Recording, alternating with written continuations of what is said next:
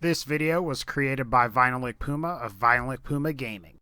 It's been a couple days, but I figured out now that we've gone over what are essentially the most valuable guns and weapons in Fallout 4, maybe we could take the time to go over the least valuable guns and weapons in Fallout 4. Now, like last time, we are going to be evaluating these items based on a value to weight ratio basis. In other words, we'll be evaluating these guns and weapons on a Bottlecaps Per Pound basis. So without further ado, top 10 least valuable guns and weapons in Fallout 4, starting now. Number 10, the Flamer.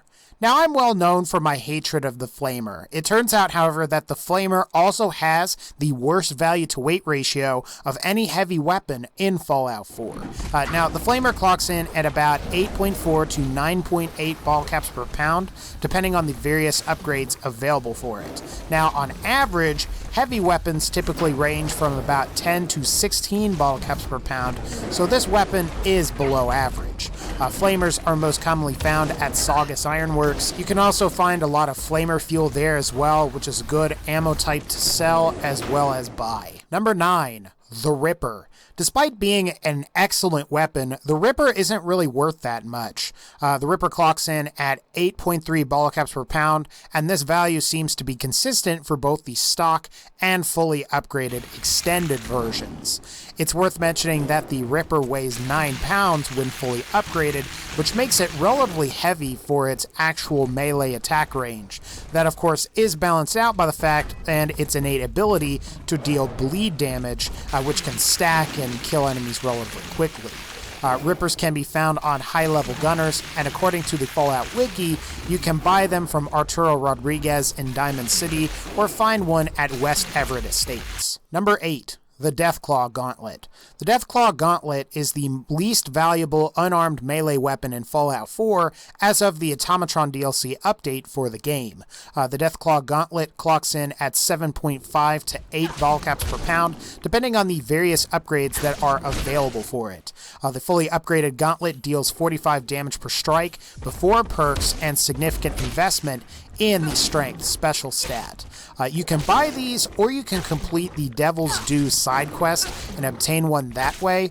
Honestly though, if you are going for an unarmed build, I'd recommend the Furious Power Fist over the Deathclaw Gauntlet because the Furious Power Fist is a legendary weapon where the Deathclaw Gauntlet isn't necessarily. Number 7, the Pipe Revolver Pistol and Rifle.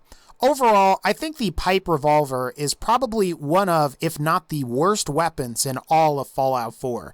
Now, while the 308 version is okay, the 45, which is the standard version, and then of course the 38 versions are outclassed by many other weapons one can find throughout the game.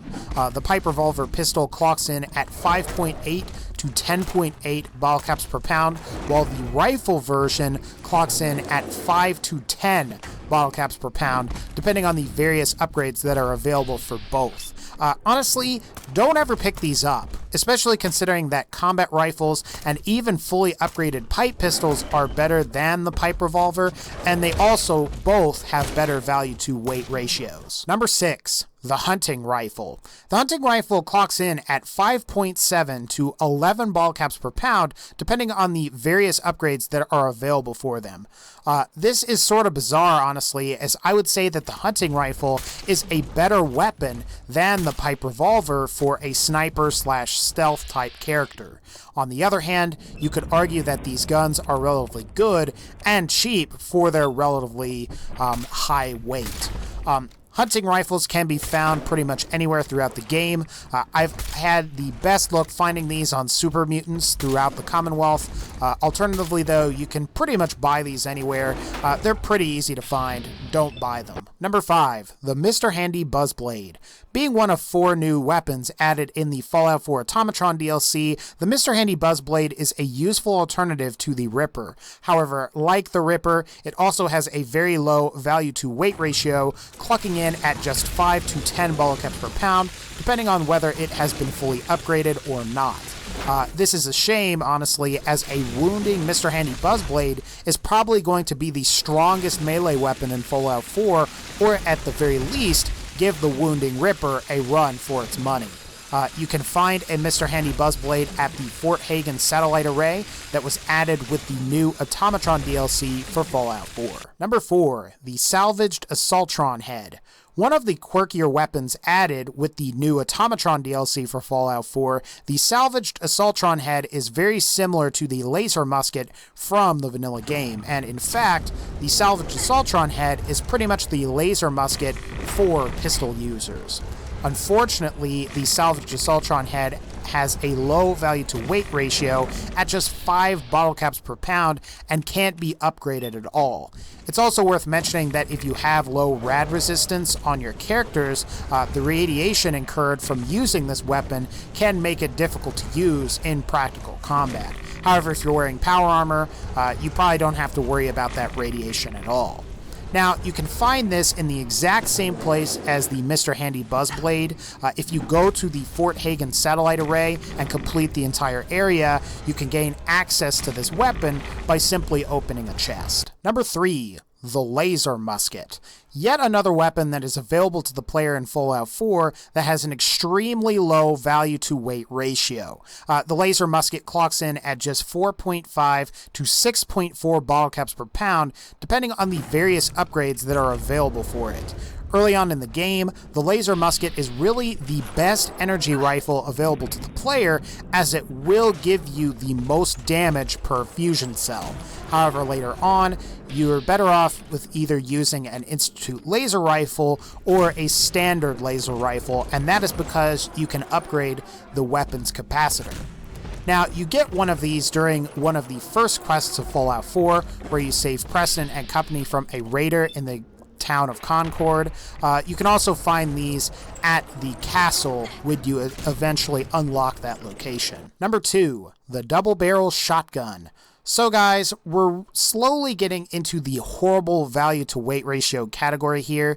Now, the Double Barrel Shotgun clocks in at a value to weight ratio of just 4.3 to 6.4 bottle caps per pound, meaning it might just have one of the worst resale values of any ballistic type weapon available to the player in Fallout 4. Now, while the Double Barrel Shotgun is good early on in the game, it is easily outclassed by the Combat Shotgun pretty much in every way.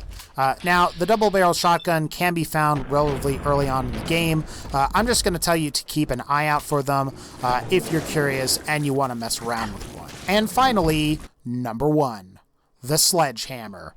Without a doubt, the Sledgehammer has the lowest value to weight ratio of any weapon available to the player in Fallout 4. Now, it clocks in at an astoundingly low 3.3 bottle caps per pound, regardless of the various upgrades that are available for it. And honestly, this is a shame considering that the Sledgehammer is the medium tier of the game's various melee weapons with a slow attack speed, and is really only bested by the Super Sledge in terms of just like raw base damage. Generally, you can find these on super mutants. I would say that essentially, since it is so cheap, I guess you could buy one from a vendor as well if you wanted to. It's just that the weapon's weight is going to be kind of a incentive not to buy a Sledgehammer. Anyway guys, that's going to pretty much wrap up this particular video. If you like this video, please be sure to leave a like, and as always, take care and I'll see y'all next time.